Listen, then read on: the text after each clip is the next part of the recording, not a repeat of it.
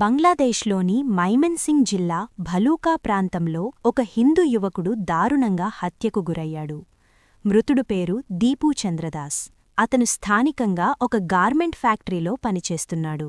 Police మరియు media నివేదికల ప్రకారం కొన్ని మతపరమైన ఆరోపణల నేపథ్యంలో దీపూ చంద్రదాస్పై ఒక పెద్ద జనసమూహం దాడి చేసింది.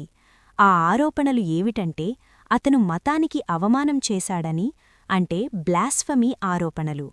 ఈ ఆరోపణలపై ఏ విధమైన అధికారిక విచారణ జరగకముందే జనసమూహం చట్టాన్ని చేతుల్లోకి తీసుకుంది. దీపూ చంద్రదాస్ను రోడ్డుపైనే తీవ్రంగా కొట్టి చంపినట్లు వార్తలు వెల్లడించాయి. ఇక్కడితో ఆగకుండా దాడి చేసిన గుంపు అతని మృతదేహాన్ని చెట్టుకు కట్టేసి నిప్పంటించినట్లు నివేదికలు చెబుతున్నాయి. తర్వాత ఆ మృతదేహాన్ని ఢాకా మైమెన్సింగ్ ప్రధాన రహదారిపై వదిలేయడంతో ఆ ప్రాంతంలో ఉద్రిక్తత నెలకొంది మరియు ట్రాఫిక్కు అంతరాయమేర్పడింది. ఈ ఘటన బంగ్లాదేశ్లో జరుగుతున్న విస్తృతమైన అశాంతి, నిరసనల మధ్య చోటుచేసుకుంది. ప్రభుత్వం స్పందిస్తూ ఈ హత్యను తీవ్రంగా ఖండించింది. నిందితులను గుర్తించి చట్టపరమైన చర్యలు తీసుకుంటామని, ఈ తరహా హింసను ఏ పరిస్థితుల్లోనూ సహించబోవమని ప్రభుత్వ వర్గాలు స్పష్టం చేశాయి.